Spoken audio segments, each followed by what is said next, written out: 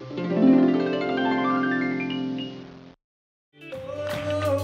Jésus, ta faveur est sur moi. Oh roi Jésus, ta faveur est sur moi. Oh roi Jésus, ta faveur est sur moi. Oh roi Jésus, ta faveur est sur moi.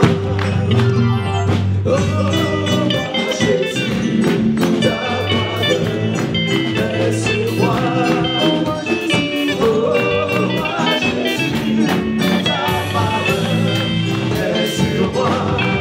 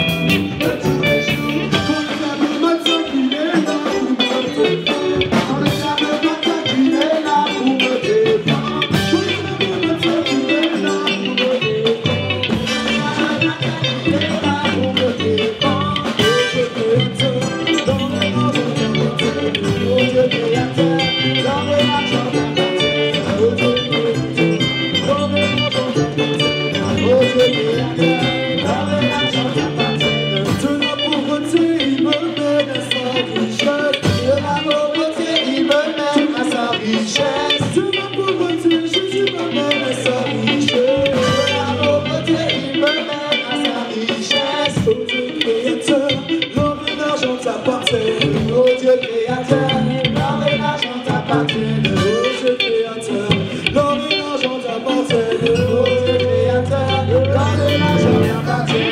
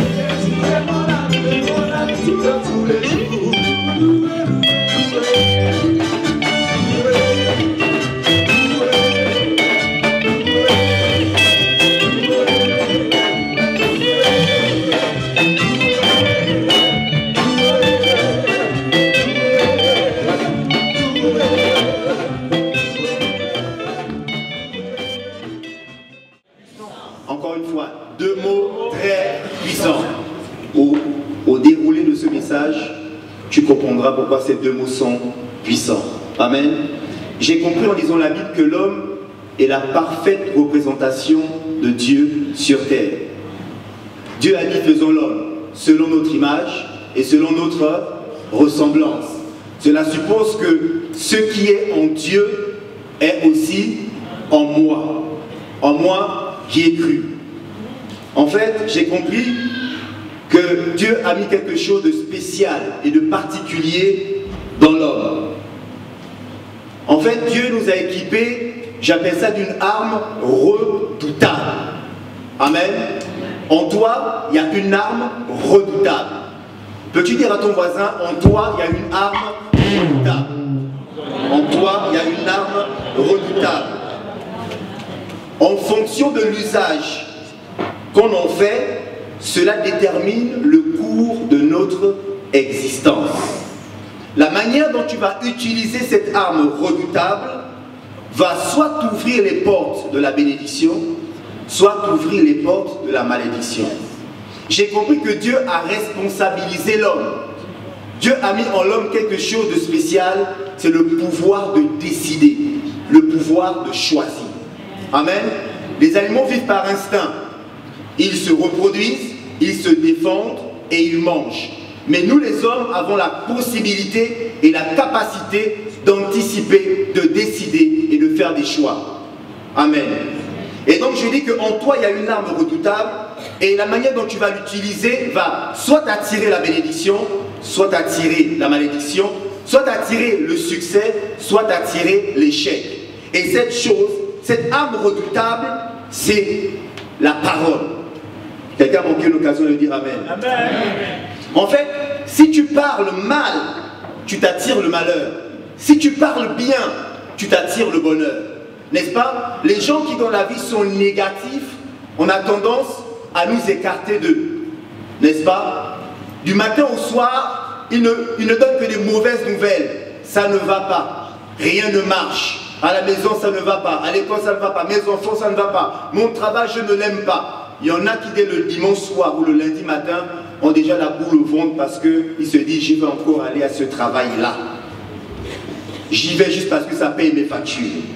Amen. Et la Bible nous dit que c'est de l'abondance du cœur que la bouche parle. J'ai compris une chose, que c'est ce qui se voit à l'extérieur est avant tout l'expression de ce qui se passe à l'intérieur de toi. Je répète, ce qui se voit à l'extérieur est d'abord l'expression de ce qui se passe au-dedans de toi. Victor Hugo a dit que la forme, c'est le fond qui remonte à la surface. Pour savoir ce qu'il y a dans l'homme, il faut savoir ce qui se passe d'abord à l'intérieur de lui-même. Un arbre de mauvaise qualité ou un arbre qui est malade va faire quoi? Va produire des mauvais fruits, n'est-ce pas? Je lisais un livre où un docteur disait, il s'appelle le docteur Joseph Murphy, il a dit ceci: votre manière de penser et vos images façonnent et créent votre destinée. Votre manière de penser va créer votre destinée. En fait, l'homme est un animal qui pense. L'homme est un être humain qui pense.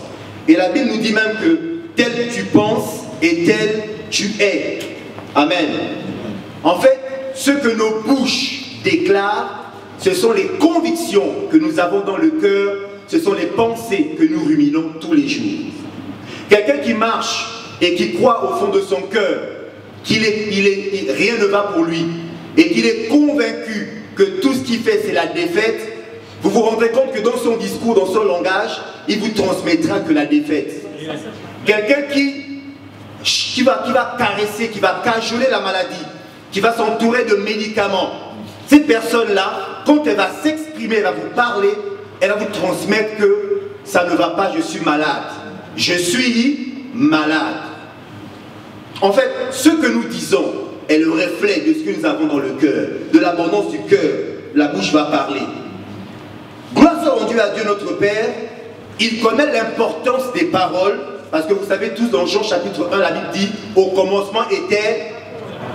Non, tu n'as pas bien dit. Au commencement était la parole. Et la parole était avec Dieu et la parole était Dieu. Mes frères, mes sœurs, si au commencement était la parole et que la parole appelle les choses qui n'existent pas à l'existence, alors j'ai envie de te dire ce soir que tu n'es pas n'importe qui, parce que lorsque tu ouvres la bouche, quelque chose se passe. Amen. Lorsque tu ouvres la bouche et que tu déclares des choses et que tu as la foi, ce que tu dis viendra à l'existence. Oh, quelqu'un a manqué l'occasion de dire Amen. Dieu notre Père connaît l'importance des paroles et de leur impact dans notre vie et de leur impact dans notre environnement. En fait, tu as commencé à être ton propre prophète. Tu as commencé à déclarer des paroles sur ta propre vie. Tu dois être convaincu de qui tu es. Amen. Si tu n'es pas convaincu de qui tu es, de quel royaume tu représentes, de qui es-tu ambassadeur, alors ta manière de te comporter, de marcher, de parler, de croire aux choses ne seront que néant. Mais celui qui sait d'où il vient et à qui il appartient, son attitude est différente. Quand je sais qu'à tous ceux qui ont cru et qui l'ont reçu, il leur a donné le pouvoir de devenir enfants de Dieu. Quand j'ai l'intime conviction, quand j'ai la pleine conviction que je ne suis pas n'importe qui, mais que je suis enfant de Dieu, mes frères, mes sœurs, mes déclarations changent, mon attitude change, mes confessions changent, ma parole change, ma façon de voir les choses change. Et j'ai l'intime conviction que quand je marche, une armée céleste m'accompagne. Tout ce que je fais, je ne suis pas seul. Élisée a dit à son serviteur, oh Dieu, ouvre-lui les yeux afin qu'il voie que ceux qui sont avec nous sont plus nombreux que ceux qui sont dans le monde. Mes frères, mes sœurs, vous n'êtes pas n'importe qui. Dis avec moi, je ne suis pas n'importe qui. Il y a deux mots très importants dont ce soir je vais te parler. Et ces mots se trouvent dans Exode chapitre 3. On ne va pas lire parce que je ne fais qu'exhorter, puisque la parole viendra. Je suis en fait en train de te donner un peu la salade avant le plat de résistance. Exode chapitre 3 on nous dit qu'un jour, Dieu a appelé Moïse. Moïse, viens un peu par ici. Mes frères, mes sœurs, de fois Dieu t'appelle, il veut te dire des choses seul à seul. Il te dit, viens, laisse ta femme, laisse tes enfants, viens. Yes. Amen. Et quand il te dit, viens, sache que c'est quelque chose de spécial. Sache que ce qu'il va te dire va déterminer le cours de ta vie. Alors, ne résiste pas, va. Moïse est monté sur la montagne, il a enlevé ses souliers, parce que le lieu était un lieu saint. Et quelque chose va se passer. Dieu va lui révéler deux mots. Et ces mots, aujourd'hui, si tu en fais un bon usage, ta vie ne sera plus jamais la même. Donc tu as manqué l'occasion de faire. Ces deux mots est dans une formule hébraïque où Dieu va dire à Moïse, Moïse va lui dire, mais quel est ton nom? N'est-ce pas? Mon frère, ma soeur, quel est son nom? Et Dieu répondra par cette formule, Élié, Hacher, Élié. En d'autres termes, je suis celui qui suis. Ça suffit. C'est extraordinaire. Élié, Hacher, Élié, je suis celui qui suis. Prends ça et vas-y. Ça changera ta vie. Tu diras, je suis m'a envoyé. Mes frères, mes sœurs, ces deux mots, Jésus va revenir dans la nouvelle alliance et il dira ceci en grec, ego eimi, moi je suis. Mais pourquoi Jésus donne-t-il ces deux mots? Pourquoi Dieu donne-t-il ce mot? Moi je suis. Élié, Hacher, Élié, ego eimi, moi je suis. Pourquoi ces mots? Parce que Dieu veut que ces deux mots, tu les mettes dans ton cœur et dans ta bouche. Et quand tu vas les confesser, amen. Oh alléluia, amen. Quelque chose va se passer dans ton environnement. Amen. Vous avez vu le 11 janvier ce qui s'est passé en France et dans le monde entier. Les gens brandissaient ça, n'est-ce pas? Je suis. Et les gens ont commencé à s'identifier en disant je suis quelque chose. Mon frère, ma soeur, ce que tu rajoutes détermine ta destinée. Amen. Fais très attention à ce que tu rajoutes après le je suis. Parce que je suis, c'est Élié, Hacher, Élié. Parce que je suis, c'est ego eimi. Parce que je suis, c'est Jésus-Christ de Nazareth. Amen. Je suis la résurrection et la vie. Je suis le bon berger. Je suis le pain de vie. Je suis la porte des brebis. Je suis ta guérison. Je suis ton miracle. Je suis ton espérance. Je suis tout ce dont tu cherches. Je suis. Amen. Amen. C'est pourquoi nous ne sommes pas Charlie, mais nous sommes Jésus. Alléluia. Et toi, qui dis-tu que tu es? Malade, je suis? Non? Malade, je suis? Je suis guéri. Pauvre, je suis? Je suis riche. Que celui qui est faible dise je suis. Que celui qui en bas dit je suis. Que celui dont on dit qu'il est la queue dise je suis. Tout est dans ta bouche. Amen.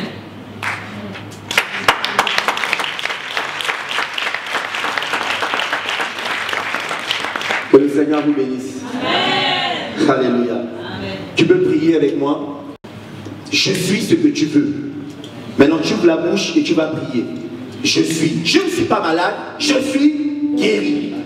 Avant qu'on t'impose les mains, avant qu'on fasse quoi que ce soit dans ta vie, tu es toi-même ton propre prophète. Alors maintenant ouvre la bouche. Tu te leves, lève-toi et tu confesses et tu déclares. Je suis guéri. Je suis riche. Je suis prospère. Je suis en bonne santé. Je suis fidèle. Je suis la vérité. Je suis la guérison. Je suis un miracle. Je suis puissant. Je suis fort. Je suis restauré. Je suis libéré. Je suis délivré. Je suis. Ouvre ta bouche et prie. Ouvre ta bouche et déclare. Ouvre ta bouche et déclare. Ouvre ta bouche et déclare. Tu es. Au nom puissant de Jésus. Ce que tu n'as pas, appelle-le à l'existence. Je suis. Merci Seigneur. Père, nous te bénissons. Nous te rendons toute la gloire qui t'est due, Seigneur. Aide-nous à réaliser que nous ne sommes pas n'importe qui et que de notre bouche ne doit pas sortir n'importe quoi. Parce que Seigneur, tout ce que nous déclarons en tant que serviteurs de Dieu, enfants de Dieu, fils de Dieu, a un impact dans le monde spirituel et un impact dans le monde physique. Aide-nous Seigneur, fais preuve de sagesse. Comme Paul, nous voulons dire, je suis ce que Dieu dit que je suis. Au nom de Jésus. C'était le pasteur Gérald, que Dieu vous bénisse. Amen. Alléluia. Alléluia. C'est ça la recharge. Amen. C'est ça la recharge. Ceux qui étaient avec nous l'année dernière à Genève, c'était comme ça. 3 orateurs. On n'était pas fatigués. On avait envie d'écouter, d'écouter, d'écouter, d'écouter. La recharge, c'est aussi s'asseoir, écouter les autres. Amen. Je vais appeler Christian Petit. Christian Petit, il est le secrétaire général de AIME. Amen. Vous avez constaté que le pasteur Laurent Favre n'est pas là parce qu'il va terminer tard. Donc il pourra nous rejoindre demain matin à la pastorale. Et donc nous avons le secrétaire général de l'AIME qui va nous expliquer en quelques mots, en quelques minutes, c'est quoi la recharge et c'est quoi l'AIME. Et puis nous passerons à d'autres choses. Amen. Est-ce que vous pouvez acclamer les seigneurs?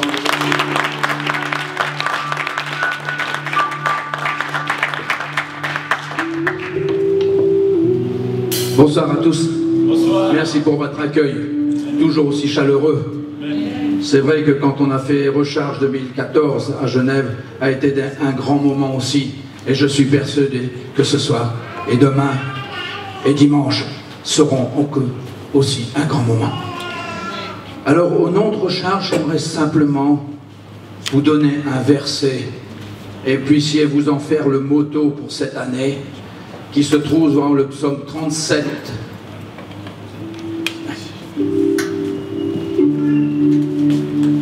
« 37, 4, 5. Fais de l'Éternel tes délices, et il te donnera ce que ton cœur désire. Recommande ton sort à l'Éternel, mets en lui ta confiance, et il agira. » Et c'est pas seulement une parole pour aujourd'hui, mais c'est une parole qui demeure éternelle. Dieu ne revient jamais sur sa parole. Et ben voilà, ce que je voulais pas faire est arrivé, c'est pas grave. On va pas y arriver. Alors, pour vous parler un petit peu de AIME, je vous présente donc les excuses de Laurent Favre qui a été retenu. Il aura certainement son mot à dire demain. Alors dans AIME, il y a 2 choses essentielles qu'il faut regarder. Parmi vous, y en a-t-il qui ne connaissent pas AIME? Merci. AIME, c'est une association internationale des ministères de l'Évangile. Et la vision d'AIME, c'est de voir des ministres, hommes, femmes, œuvrer ensemble, selon leur appel, leurs talents et leurs dons respectifs, dans l'unité de l'esprit, la vérité et la parole et l'amour fraternel en vue de l'avancement du royaume.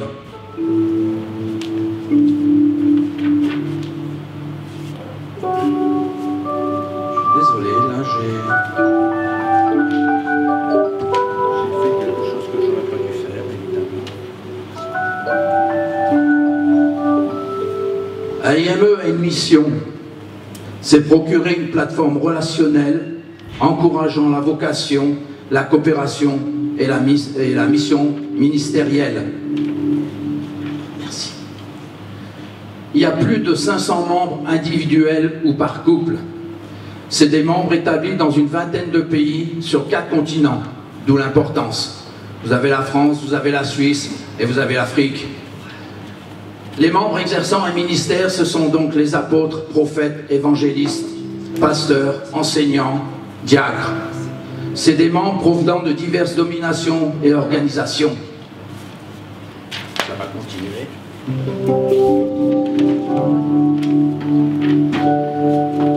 Là-dessus, c'est Laurent Favre qui en est le président. Il a commencé par un ministère sur Melchisedec en 2008. Il l'a uni en 2010 et il sert également dans le cadre de divers conseils administratifs de la fondation de AIME.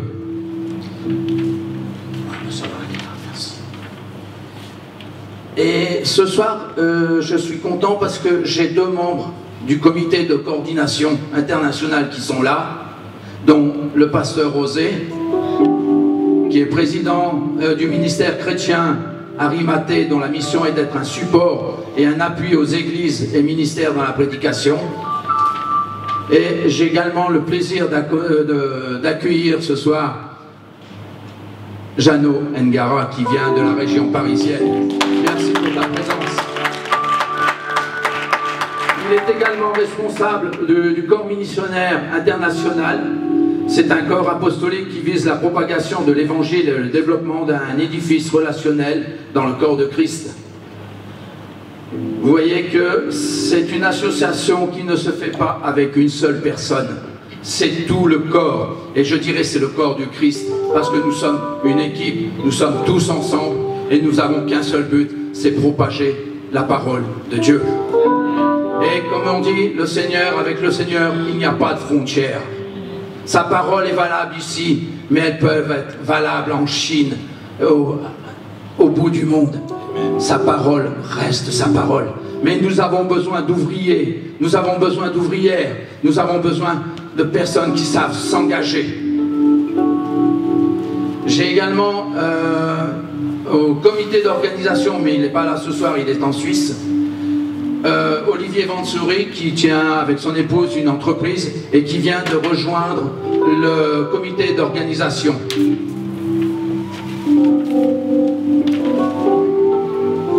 Et il y a également un autre pasteur, Alvaz Bereza, pour ceux qui le connaissent à Genève. Abraham, exactement, voilà.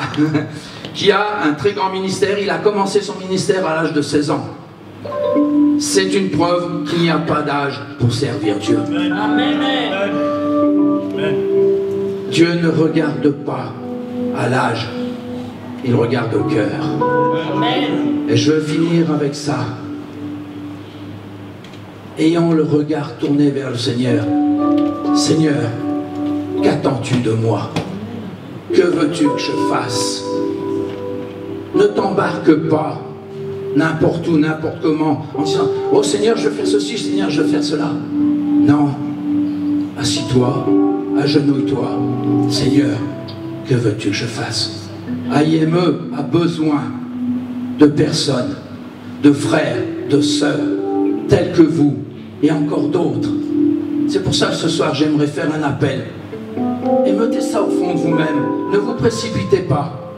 Mais si au fond de vous-même, il y a ici des serviteurs qui sont là, qui connaissent. Moi, je suis sur Suisse en tant que secrétaire général. Je vais peut-être, avec Laurent, on va peut-être regarder pour approfondir un peu ma section et puis rentrer un petit peu sur France et puis faire beaucoup mieux connaissance ici à Vaux-en-Velin, sur Lyon. C'est un projet, mais le projet ne peut être réalisé que selon la volonté de Dieu. Faites ce que Dieu vous demande et vous serez bénis. Merci. Amen. Gloire à Dieu.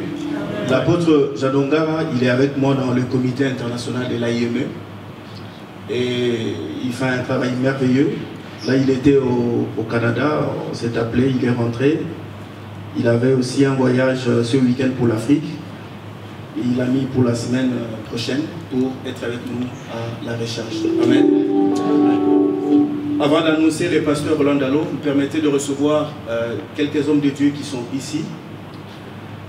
Pour moi, je considère qu'ils sont des pères parce qu'ils ont travaillé pour l'évangile. Si nous sommes là, parce qu'il y a des gens qui se sont sacrifiés, qui ont travaillé. À l'époque, c'était difficile de servir Dieu, mais ils ont pris le courage. Ils se sont levés, ils ont travaillé et ils ont produit des fruits. Beaucoup qui sont dans les ministères ici à Lyon sont sortis de leur ministère. Amen. Je vais recevoir le pasteur Sandras. Lorsqu'il se lève, on acclame le Seigneur.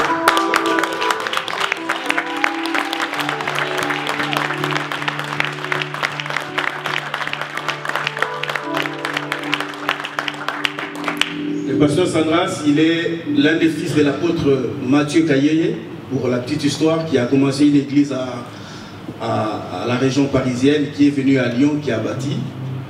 Et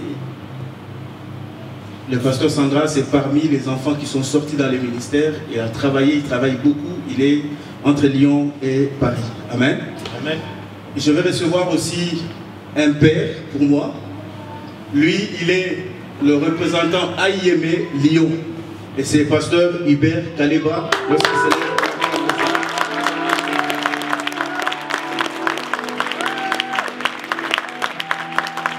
Amen. Il organise pas mal d'activités, beaucoup de choses. Gérald Dongolo, qui est avec moi dans la Fédération des Églises Unies, qui a pris la parole tout à l'heure, un des fils du pasteur Hubert Kaleba. C'est un Gabonais, mais qui aime parler lingala. Et il apprend des mots tous les jours. Amen. Gloire au Seigneur. Amen. J'ai le pasteur Stan, il va se lever. Stan, il est avec moi dans la fédération. Amen. J'ai le pasteur Gabi Mounanga, il va se lever. J'ai le pasteur Boris qui est avec nous ce soir. Amen. Eliphal, il est le fils, il est pasteur en devenir, il est en formation. Lui, il a voulu faire son stage dans l'église là où il est parce que son père, le pasteur François Télé, est parmi les fondateurs de la fédération avec Laurent Favre. Et donc c'est un jeune qui bouge. Dimanche dernier, on était là et il me sortait des histoires. J'ai dit, mais c'est pas possible avec ces jeunes. Lève-toi s'il te plaît, Eliphal.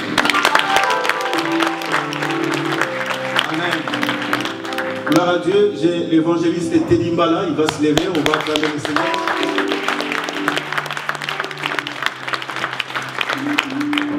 J'ai l'évangéliste Esther Adjara Ongolo, qui est la femme de Gérald. J'ai maman Adèle, qui est la femme du pasteur François Télé. La maman de Eliphal et de David Télé et de Josias Télé. Gloire à Dieu, amen. Amen. Amen. Alléluia. Amen. Qui est prêt à écouter la parole de Dieu ce soir? Amen. Amen. Gloire à Dieu. Nous recevons le pasteur Roland Dalo. Il vient de Kinshasa. Il a un agenda qui est long. Et il nous a fait l'honneur de répondre à l'invitation et d'être avec nous. Amen. Amen. Je vais recevoir un ami aussi. Le prophète Carole Vangou qui vient de Saint-Étienne. Lève-toi s'il te plaît, Carole. Amen. Donc nous sommes ici ce soir. Demain à 10 h, nous avons la pastorale chez le pasteur Hubert. Notre papa, il nous a fait plaisir de nous recevoir demain de 10 h à 13 h. Le soir, nous serons ici. Dimanche matin, on a prévu un culte chez le pasteur Hubert. On le fera là-bas. Et dès que le pasteur Roland Dalo aura fini de prêcher, nous monterons à Saint-Étienne. Nous avons aussi reçu l'invitation de prophète Carole qui nous fera plaisir de nous recevoir. Amen. Amen. Je vous invite à vous élever s'il vous plaît. Juste pendant quelques minutes, alors que David nous amène à un recueillement et je vais introduire le pasteur Dalo. Je ne vais pas trop faire de commentaires, l'heure est avancée. Demain, je rentrerai en détail. J'aurai le temps en quelques mots parler du ministère du pasteur et je lui laisserai aussi dérouler un peu le tout. David, s'il te plaît.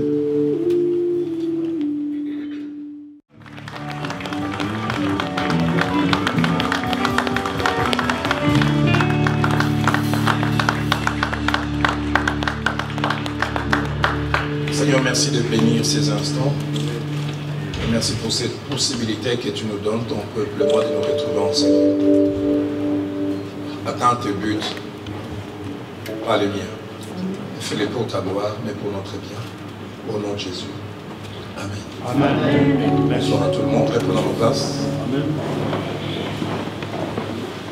Je voudrais rendre grâce à Dieu qui permet que je sois là ce soir, dans cette ville que je visite pour la première fois. Je voudrais aussi dire un grand merci au pasteur Bozé, ainsi qu'à tous ceux qui, autour de lui, organisent ces assises. Avec votre permission, je voudrais aussi présenter un ami qui vient avec moi. C'est M. Cyril Bokomba, un ami d'une trentaine d'années pour ceux qui, peut-être de temps en temps, nous suivent dans les médias, principalement sur renseignement.com, donc c'est lui qui fait tous les sales boulots. Moi, je ne fais que lui envoyer des supports à partir de l'Afrique. Et c'est lui qui fait tous les travaux. Cyril, tu peux t'élever, s'il te plaît.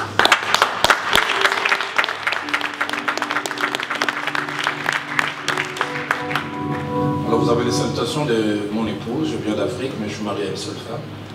Ça fait 22 ans. Et elle et moi, on a 4 filles.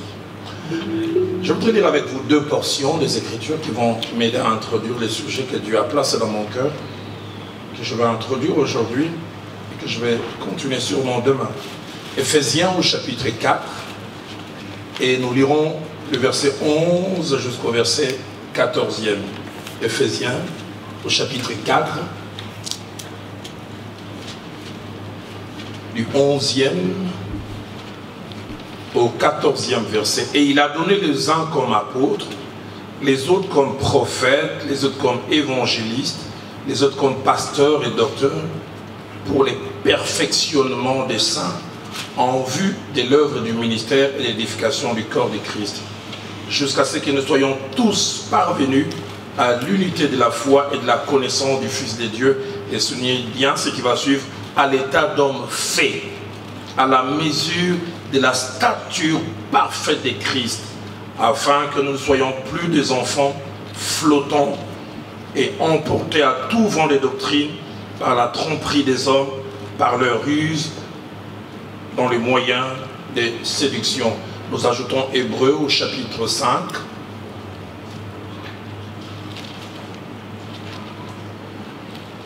Et là nous lisons aussi, coïncidence, 11e aussi au 14e verset. Nous avons beaucoup à dire là-dessus et des choses difficiles à expliquer parce que vous êtes devenus lents à comprendre. Vous en effet qui depuis longtemps devriez être des maîtres, vous avez encore besoin qu'on vous enseigne les premiers rudiments des oracles de Dieu. Vous allez devenir avoir besoin de lait et non d'une nourriture solide. Or quiconque en est au lait n'a pas l'expérience de la parole de justice, car il est un enfant. Mais la nourriture solide est pour les hommes faits, pour ceux dont le jugement est exercé par l'usage à discerner ce qui est bien et ce qui est mal. Durant les quelques interventions que j'ai ici, du moins le soir, je parlerai sur le thème de la maturité spirituelle. La maturité spirituelle. Je vais essayer d'aborder cet enseignement en 3 sous-points. Premièrement, mon premier sous-point, c'est définition et principe sur la maturité. Sûrement, c'est ce qui fera l'objet de notre intervention ce soir. Le deuxième point que j'aborderai, c'est les obstacles à la vraie maturité. Et si le temps nous permet, nous pourrons aborder un troisième et dernier point, les 3 bénéfices de la maturité. Les 2 textes que nous avons lus, et l'apôtre Paul est celui qui a écrit l'épître aux Hébreux. Je ne voudrais pas rentrer dans toutes les discussions théologiques où certains accordent à l'apôtre Paul cette épître, d'autres l'accordent à d'autres personnes, mais je préfère parler de l'auteur. On va ressortir la pensée de la maturité. Dans Éphésiens, il est parlé des hommes qui sont donnés comme dons à l'Église, et on montre les différents dons, apôtres, prophètes, évangélistes, pasteurs, docteurs, mais le but pour lequel ces ministères sont donnés, il est dit pour les perfectionnements des saints, jusqu'à ce que nous soyons parvenus, certes, à l'unité de la foi et de la connaissance du Fils de Dieu, mais il est dit surtout à l'état d'homme fait, à la mesure de la stature parfaite de Christ. Et dans Hébreux 5, un passage sur lequel nous allons revenir, l'apôtre est en train de blâmer un groupe de gens qui, au lieu de progresser après leur nouvelle naissance, se sont arrêtés à un certain niveau. Ils ont encore besoin du lait alors qu'ils auraient dû manger quelque chose d'un peu plus consistant. Qu'est-ce donc la maturité spirituelle? Pour essayer de définir la maturité spirituelle, j'aimerais d'abord prendre la première direction, parler de la maturité en général. Et je prends 2 directions pour définir la maturité. Premièrement, la maturité est définie comme étant l'état ou la qualité d'une chose parvenue à l'ultime étape de sa croissance. État ou qualité d'une chose parvenue à l'ultime étape de sa croissance et pouvant à cause de cela produire les meilleurs qu'il pouvait. Deuxième direction que je prends pour définir la maturité en général, c'est l'état de quelque chose parvenu à son développement complet, c'est-à-dire ultime. Et l'idée cachée, c'est qu'il n'y a pas quelque autre étape au-delà. C'est les summums. Alors prenons ces deux définitions en général, mais retournons dans la parole de Dieu. Qu'est-ce donc la maturité spirituelle? La maturité spirituelle, c'est simplement le fait après la nouvelle naissance de croître et tendre jusqu'à la ressemblance de Christ. Et c'est là, dans notre façon de penser, mais aussi dans notre façon d'agir. Mon pasteur disait la vraie maturité touche non seulement nos actions, mais touche aussi nos réactions. Avant de toucher les quelques points qui vont me servir de principes ce soir, j'aimerais essayer de dire deux choses que la maturité n'est pas. Premièrement, la maturité n'est pas forcément attachée à la longévité dans la marche chrétienne. Il y a des gens qui sont dans la marche chrétienne depuis 10 ans, 20 ans, 30 ans, mais on ne voit pas du Christ en eux. Deuxième chose, la maturité n'est pas forcément attachée au fait d'exercer des responsabilités. Ah, il est possible d'être pasteur titulaire et de manquer de maturité. Il est possible même d'avoir des gens derrière, mais ne pas avoir les caractères chrétiens, parce que la vraie maturité touche au caractère chrétien. Et j'aimerais ce soir, selon que les temps vont nous le permettre, placer 10 principes importants attachés à la maturité. Le tout premier principe, c'est que la maturité spirituelle suppose d'abord un point de départ. Et ce point de départ, c'est la nouvelle naissance. Il n'y a pas de maturité spirituelle sans nouvelle naissance. Il arrive des fois, nous nous plaignons dans nos églises que les gens ne croissent pas. Mais comment peuvent-ils croître parce qu'ils ne sont jamais nés de nouveau? Jamais ils n'ont accepté Christ. Jamais Christ est rentré dans leur cœur. Jamais ils lui ont dit oui un jour. La maturité spirituelle suppose d'abord la nouvelle naissance. Ne peut croître que celui qui est né. Dans Luc au chapitre 1er, au verset 80, parlant de Jean-Baptiste qui était né, il est dit, or l'enfant croissait et s'est fortifié en esprit. La version française courant dit, l'enfant grandissait et s'est développé. C'est pourquoi deux choses sont d'une grande importance. Premièrement, réellement naître de nouveau. C'est-à-dire avoir cet Christ comme Seigneur et Sauveur. Et comme je l'ai dit tout à l'heure, on peut venir à l'église et ne pas être né de nouveau. On peut même passer par des sacrements, être baptisé par pasteur Osé. Mon pasteur me disait, si la nouvelle naissance ne précède pas le baptême, vous n'avez eu qu'un bain. Plusieurs personnes ont été baignées dans l'eau sans jamais être baptisées. J'ai eu quelqu'un qui est venu me dire, mais pasteur, quand j'avais 2 ans, on m'a aspergé quelques gouttes. Vous voulez m'amener, ça sera un deuxième baptême. J'ai dit, tu n'as jamais été baptisé. Amen. On peut même avoir des responsabilités sans être né de nouveau. Mais deuxième chose importante, être né de nouveau ne suffit pas. Il faut croître. La nouvelle naissance n'est pas un terminus. La nouvelle naissance est un point de départ. Amen. Quand nous acceptons Christ, Dieu ne nous place pas comme dans une salle d'attente en attendant qu'on aille au ciel. Nous naissons de nouveau, mais nous sommes appelés à grandir. Et quand l'église primitive gagnait des gens, acte 2, verset 47, parle du Seigneur qui ajoutait chaque jour à l'église ceux qui étaient sauvés. Sauvés en dehors et puis amenés dans le cas de l'église locale. Mais les actes chapitre 2, le verset 42, parlant de ce qu'ils faisaient pour leur croissance, il dit qu'ils persévéraient dans l'enseignement des apôtres, dans la communion fraternelle, dans la fraction du pain et dans les prières. Deuxième principe important, la maturité spirituelle et les rêves de Dieu. C'est les rêves et les souhaits de Dieu. Je l'ai mentionné dans Ephésiens 4, 13 à 14, que nous parvenions à l'état d'homme fait. C'est ce que Dieu désire. À la mesure de la stature parfaite de Christ, afin que nous soyons plus des enfants, La version français courant dit, nous deviendrons des adultes dont le développement atteindra la stature parfaite de Christ. La version parole de vie dit, nous serons des chrétiens adultes. J'aime ces challenges, ces défis que Christ a lancés à un groupe de gens.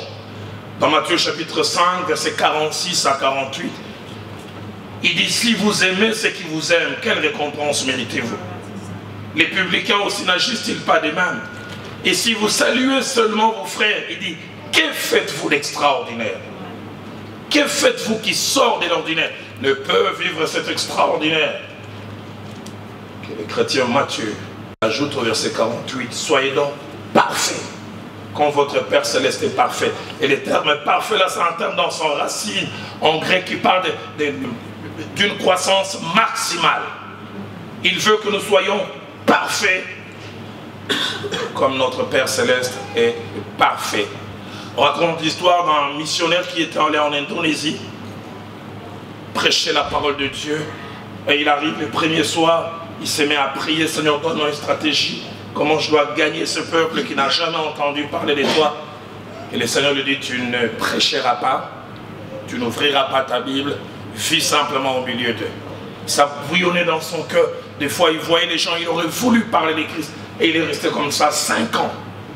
À la fin de la 5e année, le Seigneur lui a dit, prends tes clics et tes claques, retourne chez toi. Mais il dit, Seigneur, tu m'as envoyé ici en touriste. Il dit, vas-y. 6 mois après, on a envoyé un autre comme missionnaire. Et lui, il arrive, lui, il a reçu le goût de Dieu d'ouvrir sa bouche et de prêcher. Et cette personne lance des invitations. Ces Indonésiens viennent, ils étaient des milliers, des milliers. Et il dit, j'aimerais vous parler de quelqu'un que vous ne connaissez pas. J'aimerais vous parler de Christ. Et il a commencé à présenter Christ. Voilà Christ comme il était. Christ, la Bible est présente dans Isaïe. Il n'a pas ouvert la bouche devant ceux qui étaient en train de l'étendre comme une brebis muette. Et il parlait, puis à la fin il dit, il a vécu il y a 2000 ans, toute la foule a crié, non! Il dit, mais je vous parle de quelqu'un que vous ne connaissez pas et puis vous me contredisez. Là, levez-le, il n'a jamais vécu il y a 2000 ans, il y a 6 mois il était ici. Et sa case c'était là. Pourquoi? Parce qu'on a vu du Christ en lui. Est-ce que Christ est-il vu en nous? Est-ce que votre épouse voit-elle du Christ en vous?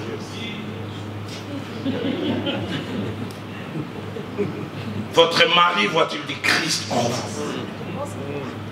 Vos enfants voient-ils du Christ en vous? Un enfant me disait, si mon père est pasteur, moi je dois devenir pape. Parce qu'il avait la certitude en termes de sainteté, il dépassait un peu son père. Troisième principe d'une grande importance, c'est que la maturité n'est jamais un phénomène. Mais la maturité, par contre, est un processus. C'est-à-dire qu'il s'étale sur les temps. Il faut du temps pour croître spirituellement. Dans Marc chapitre 4, verset 28, la Bible confirme cela. J'aime cette belle image. On dit la terre produit d'elle-même d'abord l'herbe, puis l'épi, puis les grains tout formés dans l'épi. Il n'est pas tout au départ. Il se transforme pour finalement devenir sa forme la plus développée. Et en termes de processus, il y a 2 éléments importants. Ces processus s'accompagnent de la disparition de certains traits de caractère négatifs, mais aussi de l'apparition de certains traits de caractère positifs. Est-ce que depuis que tu as accepté Christ comme Seigneur et Sauveur, depuis que j'ai accepté Christ comme Seigneur et Sauveur, y a-t-il des choses qui sont tombées ou qui continuent à tomber? Disparition de certains traits de caractère négatifs et apparition de certains traits de caractère positifs. J'aime quand l'apôtre Paul, dans Corinthiens 13 au verset 11, il dit, lorsque j'étais enfant, je reviendrai aussi sur ce passage, il dit, j'ai parlé comme un enfant, j'ai raisonné comme un enfant, et puis aussi j'ai pensé comme un enfant, je m'exprimais comme un enfant, je faisais la corrélation entre les choses comme un enfant, j'ai concevé les choses comme un enfant. Mais j'aime la suite. Lorsque je suis devenu homme, d'autres versions disent mature, je fais disparaître ce qui était de l'enfant. Ça a totalement disparu. J'ai un jeune homme qui est avec moi à l'église, il a aujourd'hui 28 ans. 28 ans, je les connais depuis qu'il avait l'âge de 4 ans. J'aime beaucoup lui rappeler ça. Bon, il m'appelle souvent l'accusateur des frères, c'est lui qui rappelle les péchés. Parce que c'est un brillant avocat chez nous au pays. Quand il fait ses plaidoiries sublimes. Mais je l'ai connu quand il avait 4 ans. Il avait difficile à prononcer les mots araignée. Tu lui dis araignée, il te regarde dans les yeux et dit agnéré. Et si tu coupes les syllabes, là, il tu dis A, il dit A. Ré, il dit Ré. Tu me dis araignée, il te regarde, il dit agnéré. Pourquoi enfant? Mais aujourd'hui, 23 ans après, brillant avocat. Cette façon de mal prononcer a disparu. A laissé la place à une autre manière. Pourquoi? Il y a eu croissance. La vraie croissance, la maturité, comme je dis, s'accompagne de la disparition de certaines choses. Ah, je peux revoir mes premiers pas dans les Seigneurs. Combien j'avais difficile à vaincre cette colère. Combien j'avais difficile à supporter les remarques, les compliments, j'aimais beaucoup. Mais quand on me faisait les remarques, ça bouillonnait. Jusqu'à ce que je commence à prier, Seigneur, rends-moi capable d'accepter aussi les remarques, parce que je n'ai pas toujours raison. Combien j'avais difficile à demander pardon. Je viens d'une tribu où les hommes demandaient rarement pardon. Quand j'ai grandissé chez un de mes oncles, j'ai trouvé chez lui à la maison, dans son foyer, il y avait une constitution du couple. Et leur couple avait une constitution avec 10 articles. Le premier article, je n'ai jamais oublié, l'homme a toujours raison.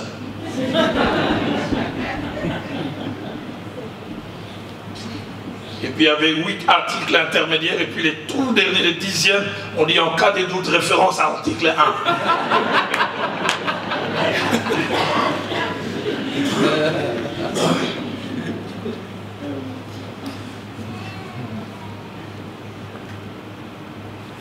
Mais en grandissant dans les Seigneurs,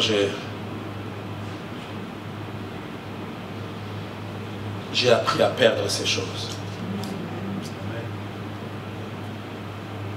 Toujours dans cet élément processus, la maturité n'est pas secret. Il est public. Ce n'est pas à vous seul d'être conscient de votre maturité. Comme on dirait chez nous, quelqu'un qui vous jure, là je suis mature. Je vous jure, moi je suis mature. Si tu es mature, on va le voir. Tu fermes bien ta bouche, nous on va constater qu'il y a la maturité à cet endroit. La maturité n'est jamais secrète. N'est jamais secrète, elle est publique. Les gens qui vivent tout autour de nous doivent constater cela. Chez nous en Afrique, ils ont le sens des tournures. Mon pasteur me disait, si un chat s'est converti, il faut demander les témoignages aux souris. Les chats ne doivent pas venir vous témoigner, moi je suis converti. Les souris doivent dire quelle est son attitude. Il dit avant, il sautait sur le... Mais désormais, quand une voix, il dit que la paix soit avec vous.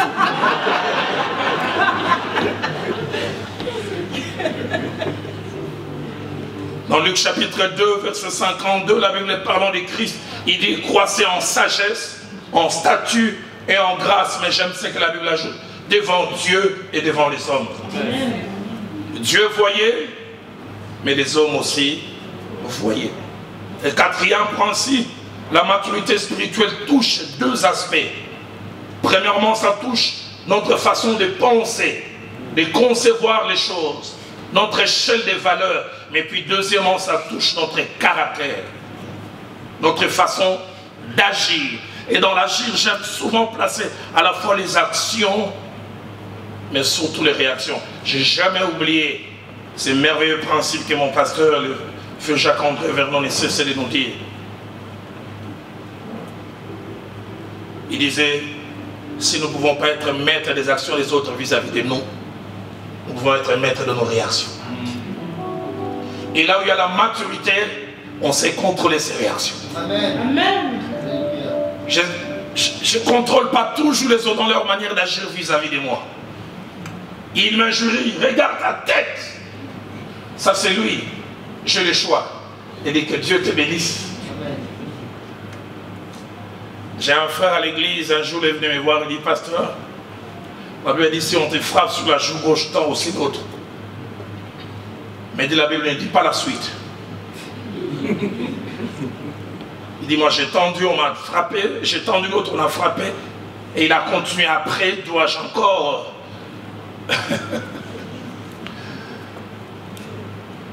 Donne-nous les vrais caractères.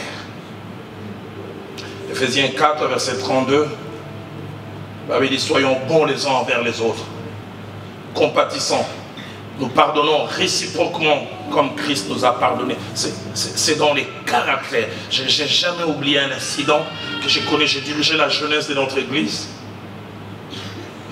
début des années 90, en 91 exactement.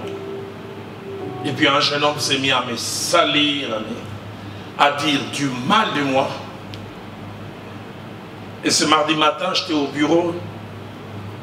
J'étais en train de recevoir des jeunes qui voulaient avoir un entretien. Et sur la liste de la vingtaine de personnes, je vois son nom en deuxième position. Je voulais déjà donner comme conseil, je ne les reçois pas. Et j'ai senti dans mon cœur quelque chose m'arrêter. Et dès qu'il est rentré dans mon bureau, j'étais sur la défensive. Il ne voyait rien, mais j'avais mes points spirituels bien en place. J'ai dit, on va régler ça aujourd'hui. Mais je l'ai vu, il grelottait des fièvres. Il m'a appelé comme on appelle en Afrique, il dit, Roland, c'est-à-dire grand frère. Je manque d'argent pour me faire soigner. Est-ce que tu peux trouver pour moi 10 ou 15 dollars que j'aille me faire soigner? Et j'ai su plus tard que j'étais la dernière personne vers qui il pouvait venir. Il semble qu'il a cherché partout.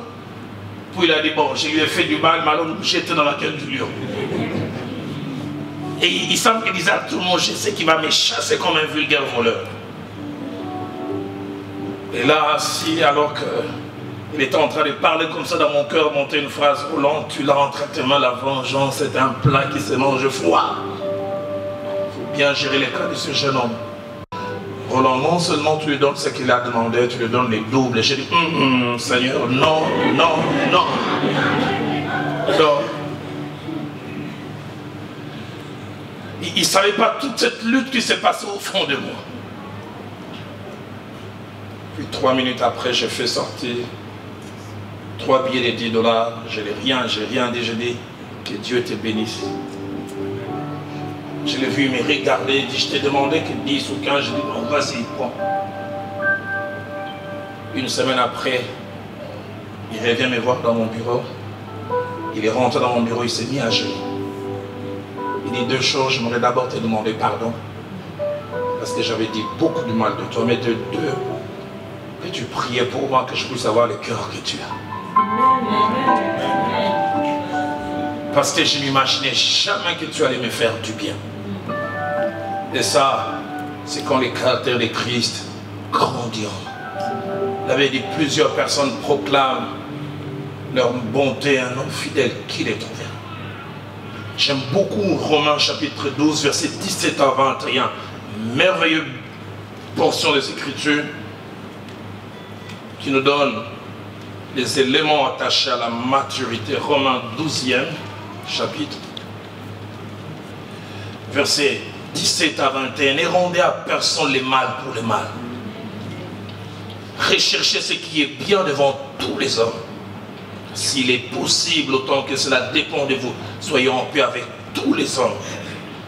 Ne vous vengez point vous-même, bien-aimés, mais laissez agir la colère, car il est écrit, à moi la vengeance, à moi la rétribution, dit le Seigneur. Mais si ton ennemi a faim, donne-lui à manger. S'il a soif, donne-lui à boire. Car en agissant, ce sont des charbons ardents que tu amasses sur sa tête. Et j'aime surtout le verset 21. Ne te laisse pas vaincre par le mal, mais surmonte le mal par le bien. Aujourd'hui dans l'église, il y a beaucoup de charismes, beaucoup de dons, beaucoup de miracles, mais il y a très peu de caractère chrétien. Beaucoup de titres, mais très peu. Quelqu'un disait autrefois, il y avait très peu de chrétiens, mais beaucoup de chrétienté. Aujourd'hui, il y a beaucoup de chrétiens, mais très peu de chrétienté. Qualité de vie absente. Pourquoi? Parce que soit ils ne sont pas nés de nouveau, ou s'ils sont nés de nouveau, ils ne vont pas dans le processus de la croissance. Cinquième principe, la croissance ainsi que la maturité spirituelle ne sont pas des choses que nous subissons, c'est-à-dire qui nous arrivent sans nous. Elles demandent et exigeront notre participation. La croissance, je ne la subis pas. Je ne grandis pas spirituellement sans rien faire. Parmi les choses qui est de la croissance, en Pierre chapitre 2, au verset 2, l'apôtre dit « Désirez comme des enfants nouveau-nés les laits spirituels purs, afin que par lui vous croissiez pour le salut. » Il faut consommer ces laits spirituels. Soyez en contact avec les saints livres. Soyez en contact avec la parole de Dieu. Et des fois simplement par la lecture. Même pas par la méditation, simplement par la lecture. Combien de fois ne me suis-je pas retrouvé devant la parole de Dieu? J'ai reçu comme un boum dans mon cœur. Jamais oublié en 89, ça fait déjà 2 ans, j'étais le responsable numéro 1 de la jeunesse de notre église, plus de 500 jeunes. Et ma famille et celle de mon oncle ont connu quelques problèmes. De telle sorte que durant quelques temps, et mon père et son grand frère ne s'entendaient pas.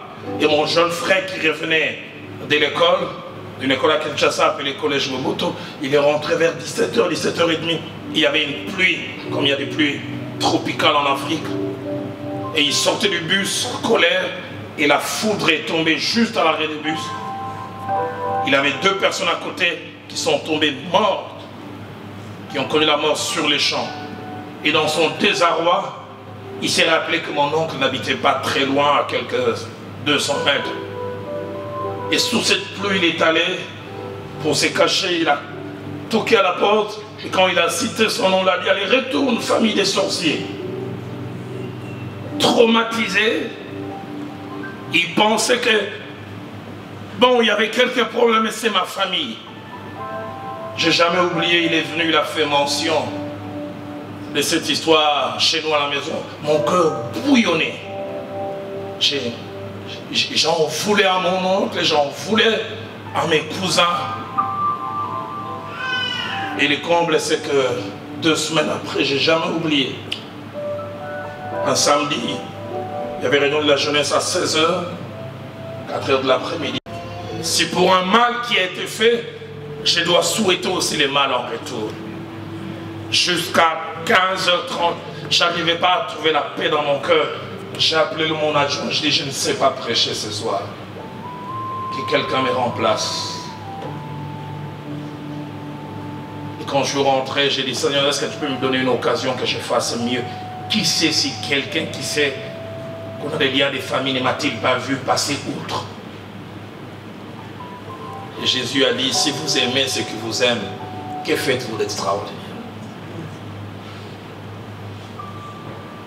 6e principe, mon expérience dans la marche avec Dieu a montré qu'en termes de croissance, nous avons 3 types de personnes.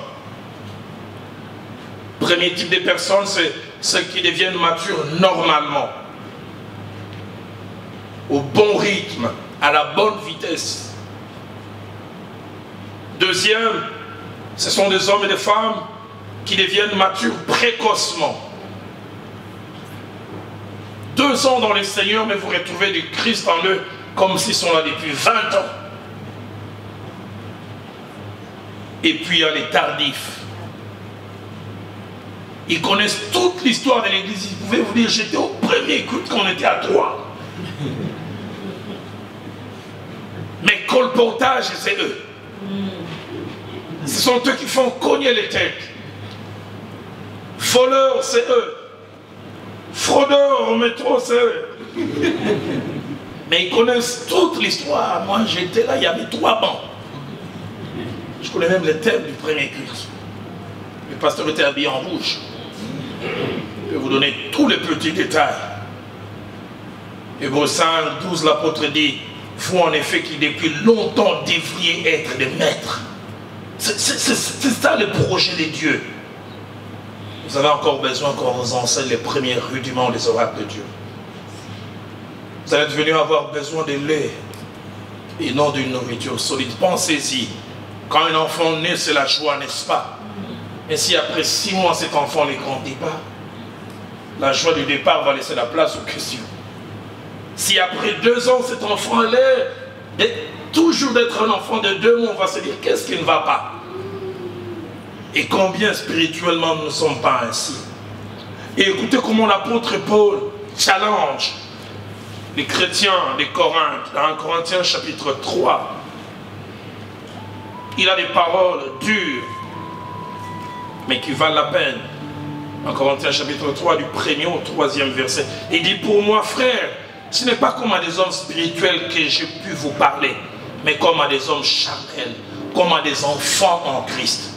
Il reconnaît qu'ils sont nés de nouveau, mais ils sont restés enfants. Je vous ai donné du lait, non de la nourriture solide, car vous ne pouviez pas la supporter. Et vous ne le pouvez pas même à présent, parce que vous êtes encore charnel. En effet, puisqu'il y a parmi vous de la jalousie, des disputes, n'êtes-vous pas charnel et ne marchez-vous pas selon l'homme? C'est incompréhensible. Dieu se sert de plusieurs choses pour nous amener vers la croissance. Dieu se sert des difficultés de la vie. Il se sert des épreuves et des fois des situations difficiles pour nous faire croître. J'aimerais dire, faites attention à certaines prières sincères que vous faites. Et quand Dieu répond aussi sincèrement, vous n'identifiez pas l'exaucement. Vers un chrétien se met à genoux, Seigneur, Seigneur, Seigneur, rends-moi patient. Rends-moi patient. Parce que tu désires la patience. Dieu place à côté de toi un homme rude. Et tu ne sais pas que c'est l'exaucement de ta prière. Belle prière en faisant disparaître la partie noire des yeux. Seigneur, rends-moi doux, la douceur de Dieu. Dieu dit, ah bon, tu veux la douceur? Place là, l'université un violon qui est tout sauf la douceur. Et quand lui il agit comme ça, le but de Dieu est que tu puisses, au travers de toutes ces circonstances, faire grandir ce qui est en toi. Jacques, au chapitre 1er au verset 8, parle de l'épreuve de notre foi qui a comme résultat la production de la patience. Hébreux chapitre 5, ce passage au début de ma foi m'avait ébranlé. Parlons de l'expérience du maître.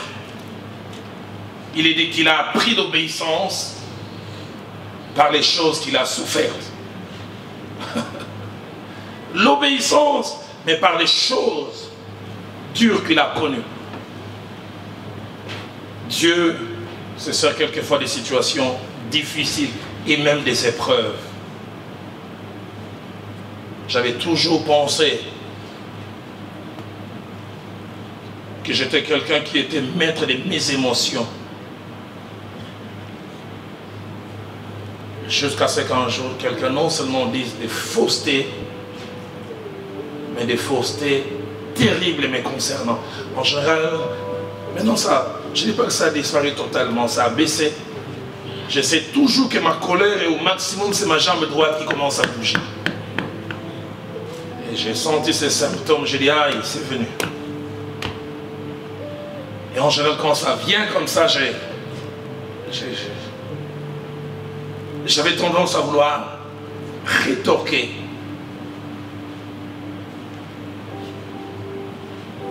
Je me suis même déplacé pour aller voir ce jeune homme.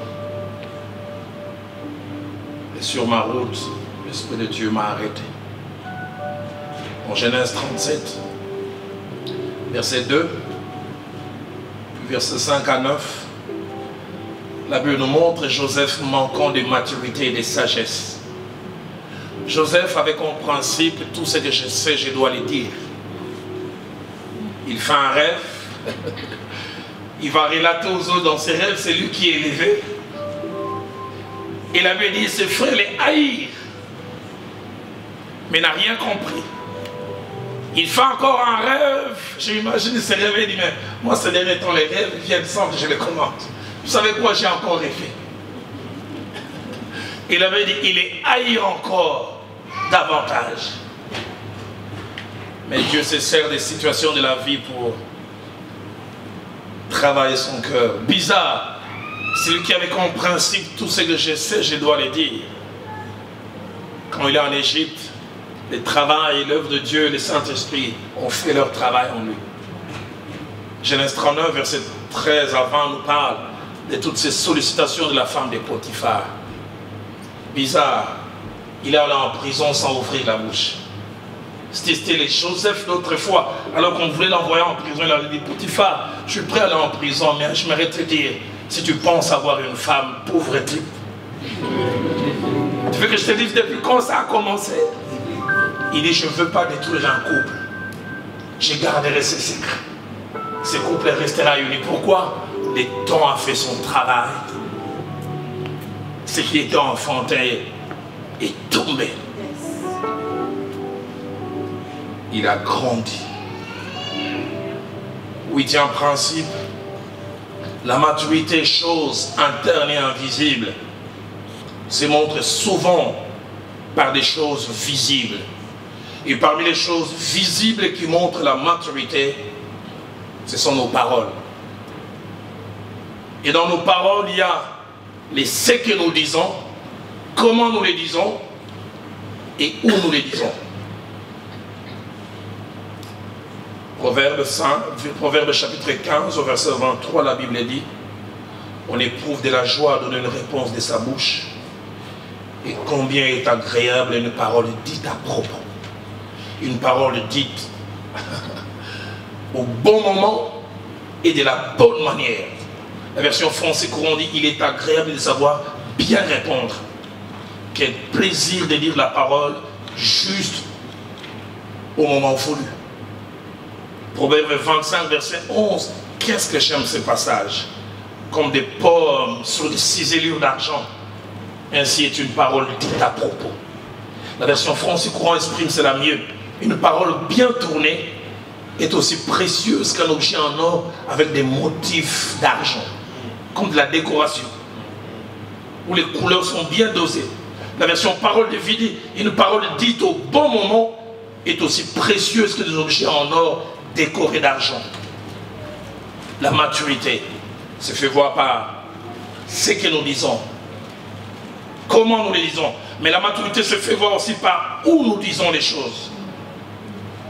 Combien de fois nous n'atteignons pas nos objectifs et nous passons à côté parce que nous faisons écouter à certaines personnes des choses qu'elles n'auraient pas dû entendre.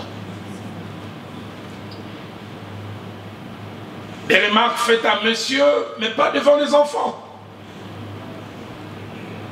Des remarques faites à madame, mais pas devant les enfants. Combien de fois on dit des bonnes choses, on le dit de la mauvaise manière, mais surtout, mauvais endroit. J'ai été marqué par ce passage dans Samuel 9. Ça c'est 2 ans après ma conversion. Mon pasteur a prêché sur ce passage. J'ai jamais oublié. En 86, ça m'a marqué à jamais.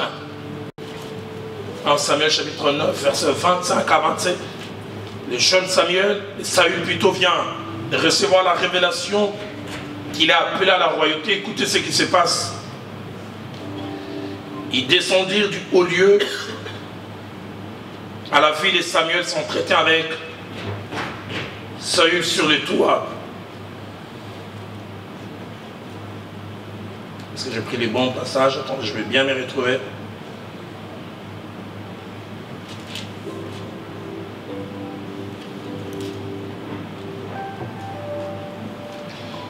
Voilà, je voulais parler de 1 Samuel 10. Pardonnez-moi.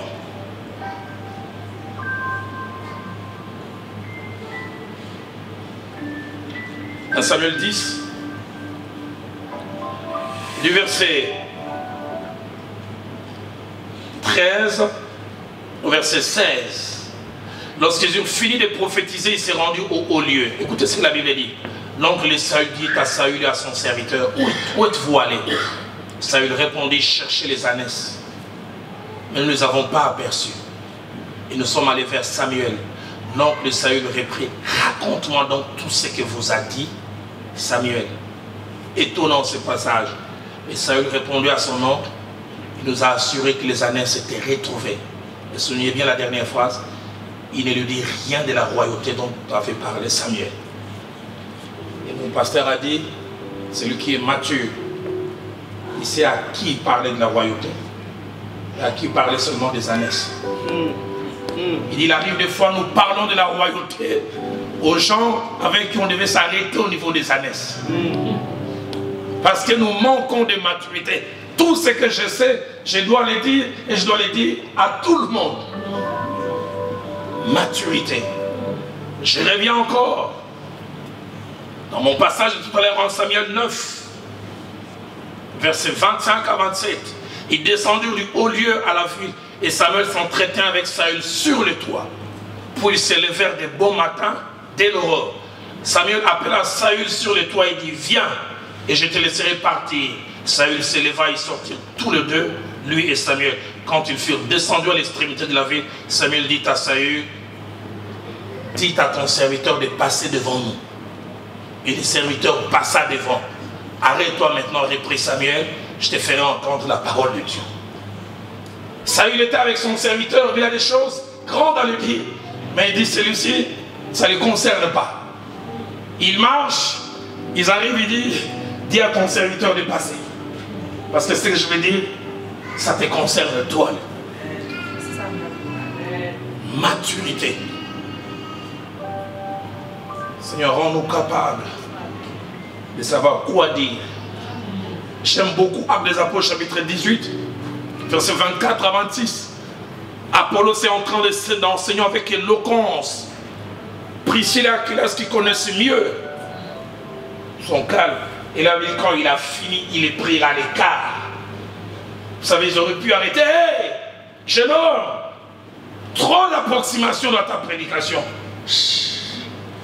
Qui sait si Apollos n'allait pas s'énerver. On l'a pris à l'écart.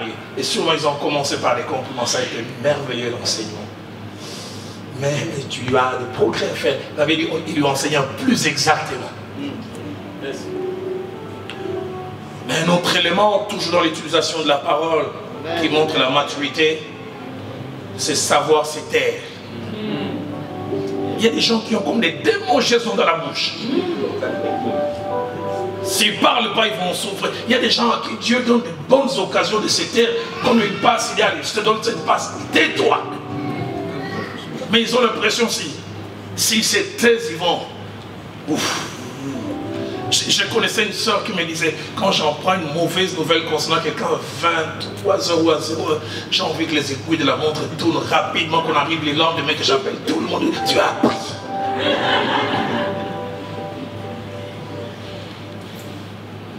Amos 5, verset 13 dit, voilà pourquoi en des temps comme ceux-ci, les sages se taisent, car les temps sont mauvais. Ecclésiaste 3 se dit, il y a un temps pour se taire, un temps pour parler.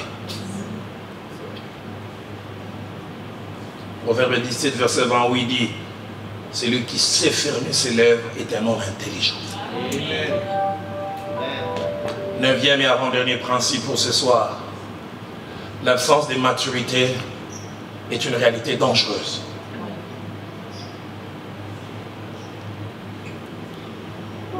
Que c'est triste d'être un mari mature et d'avoir à ses côtés une femme immature spirituelle. Que c'est triste d'être une femme mature, d'avoir un homme immature spirituel. Que c'est triste d'être un membre d'un département mature, d'avoir un dirigeant immature. Que c'est dur d'être un membre d'église mature, d'avoir un pasteur immature. L'absence de maturité est dangereuse. Elle est dangereuse pour notre voisinage. Dangereuse pour notre entourage immédiat. Que c'est merveilleux, j'en parlerai vers la fin, d'avoir à ses côtés des personnes matures.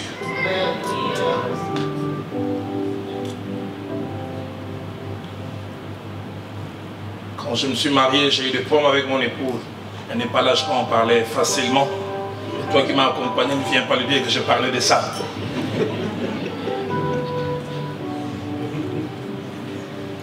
Toutes les mauvaises nouvelles qu'elle apprenait, elle n'attendait même pas que je rentre et que je mange.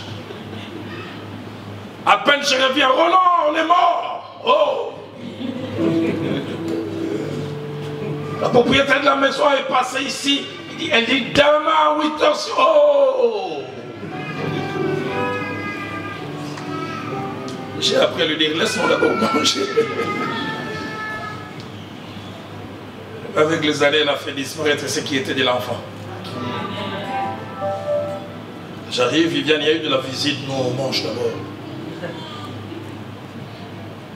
Et puis même elle présente les problèmes en minimisant. La baillerie s'est passée, elle a présenté un problème et l'homme des fois que tu es, je sais que ça va marcher.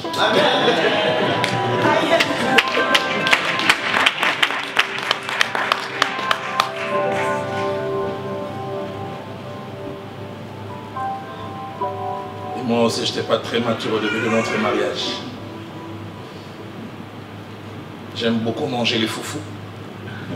Et vous savez, la meilleure des choses, une fois, j'ai découvert dans la Bible que même dans la Jérusalem céleste, on continuera à manger. Ça m'a rassuré. J'ai dit, ça continuera là-bas.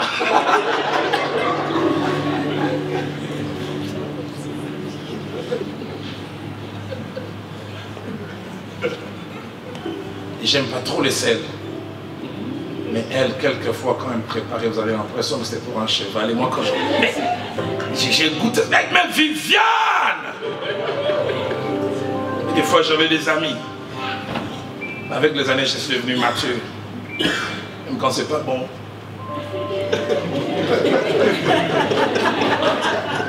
Roland, comment tu trouves? J'ai dit, très bien, on en parlera. Mais je mange d'abord en intercédant. Garde-moi, ô Seigneur, fidèle à toi. Garde-moi. Et quand les gens sont partis, je dis, Viviane, la bouffe, elle était fantastique. On a fait un petit effort avec les sels. C'est la même remarque. Sans toucher l'ego de l'autre, sans la baisser. L'absence de maturité est une chose dangereuse. L'absence de maturité aussi nous fait rater les choses. Donc, à la chapitre 4, verset 1 à 2, il avait dit, oh, aussi longtemps que l'héritier est enfant, il ne diffère en rien d'un esclave, quoiqu'il soit le maître de tout. Il est sous des tuteurs et des administrateurs jusqu'au temps marqué. Dans Jean chapitre 16, verset 12, je les ai dit une vérité à ses disciples. J'ai encore beaucoup de choses à vous dire, mais vous ne pouvez les porter maintenant. La version Parole de vie dit, vous n'avez pas la force de les entendre maintenant. Vous n'avez pas la capacité. J'aurais voulu vous les apporter. Et la dernière des choses, le dernier principe avec lequel je termine ce soir, la maturité comme la sagesse, dans Jacques 1,5, c'est demande et s'obtient.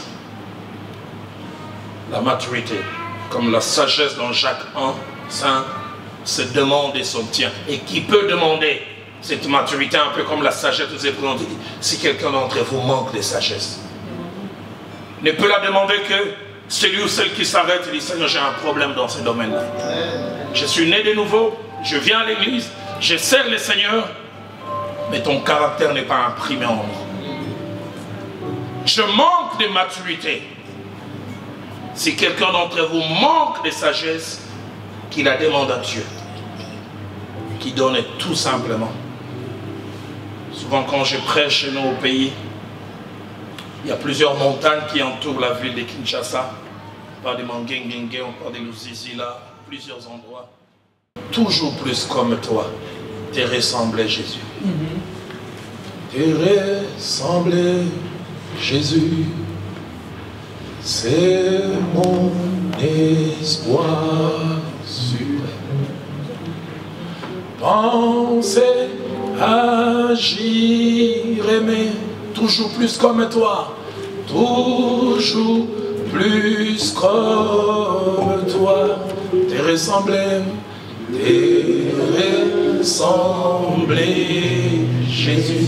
C'est mon espoir suprême, c'est mon espoir suprême. Par ton esprit rends-moi, par ton esprit rends-moi semblable à toi, semblable à toi, t'es ressemblé.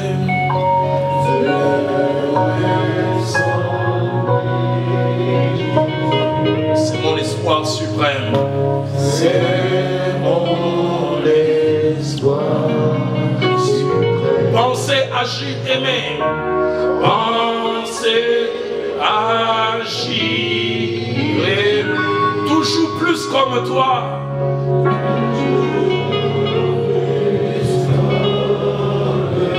T'es ressemblé.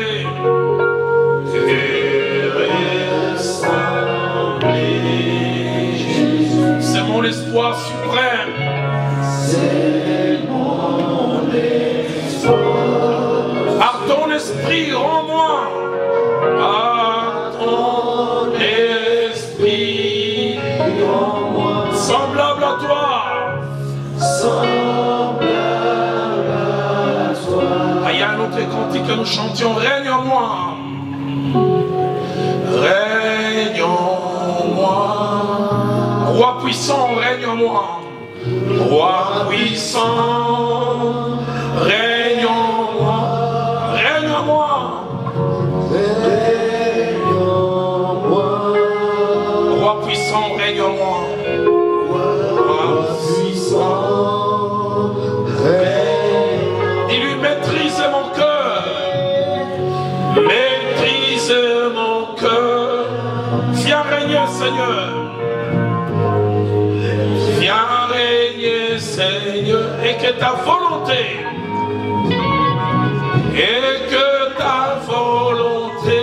soit faite à jamais. Soit faite à jamais. Chante encore avec moi, règne en moi.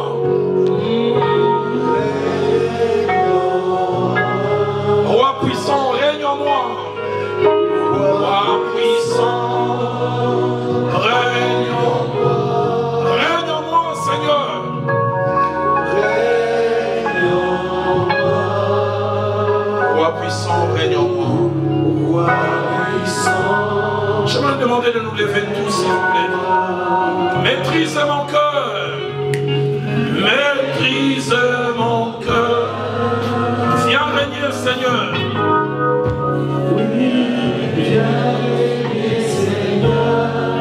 Et que ta volonté,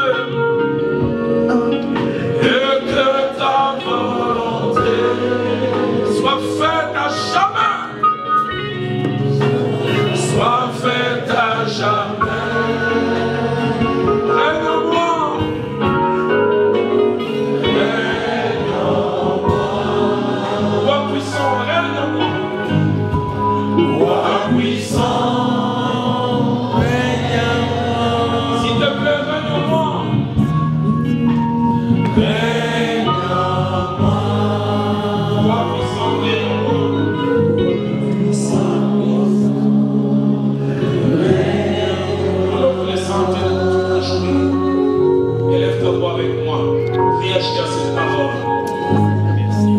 Plus de toi en moi.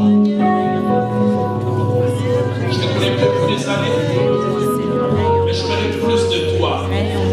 Plus de maturité dans mes actions, dans mes réactions, dans mon agir, dans mon parler.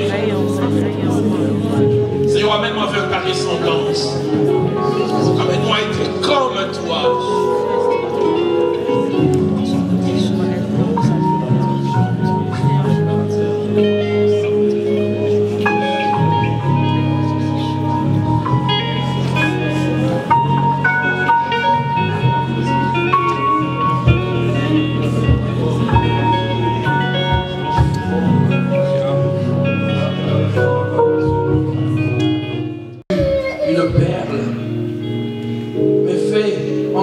Seigneur, rends-nous responsables de la valeur de cette perle que tu nous donnes. donnes ce soir. Que nous n'en la perdions pas, mais qu'elle reste gravée au plus profond de notre cœur. C'est un bien précieux que tu nous as donné ce soir. Mais ceci n'est qu'une petite larme dans un océan. Seigneur, moi je te dis merci. Parce que c'est vrai que nous avons trop tendance à te dire s'il te plaît, s'il te plaît, s'il te plaît, s'il te plaît pour ceci, s'il te plaît pour cela. Mais combien de fois nous avons oublié de te dire merci Père. Merci pour ce que tu nous as donné ce soir. Merci, nous te rendons grâce, nous te louons, nous te bénissons. Nous ne pouvons que te donner cela, Seigneur, en retour. C'est notre remerciement. Merci pour ce soir. Mais moi, je te dis déjà merci pour demain, parce que tu sais ce que tu as pour demain. Et moi, oh Seigneur, j'ai presque envie de dire vivement demain matin. Tu nous raccompagnes chacun et chacune dans nos demeures. Et nous partons avec ta bénédiction. Merci pour le repos que tu nous donnes, à chacun d'entre nous, à tes serviteurs, à tes servantes, car je sais que tu n'en oublies aucun. Alléluia. Alléluia. Merci Père. Merci Père. Amen.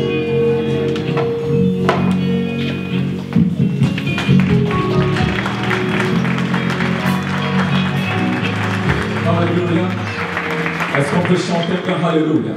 Alléluia. Est-ce que tu peux tout simplement dire à ton voisin, sa batterie est au top? Est-ce qu'on peut le dire avec lui? À ton voisin, dis-le, ta batterie est au top. Après un tel message, je pense que nous avons été rechargés. Alléluia. Je pense que nos batteries est à 100%. Alléluia. Nos batteries est à 100%. Est-ce qu'on peut chanter un grand amen? Est-ce qu'on peut dire yes? Je sais qu'il s'est fait tard, donc je vous retiens plus très longtemps, mais on va faire quelque chose de spécial. Vous savez, je ne veux pas vous faire la lavage de cervelle, parlant de l'offrande dont tu seras béni, apporte 10 000, tu auras 100 000 ans. On n'entre pas dans ce jeu-là. Mais après un message comme ceci, je veux tout simplement te dire d'être mature dans ton offrande. Alléluia. Et la maturité dans ton offrande, parce que de tels programmes ont besoin d'être soutenus. La bonne offrande n'est pas celle qu'on donne parce qu'on pense qu'on sera béni, mais c'est celle qu'on donne parce qu'on veut investir dans l'avancement de l'œuvre de Dieu. C'est ça l'offrande. Et juste pour nous encourager, il y a quelques temps, nous étions en Haïti, après le tremblement de terre. Alors que...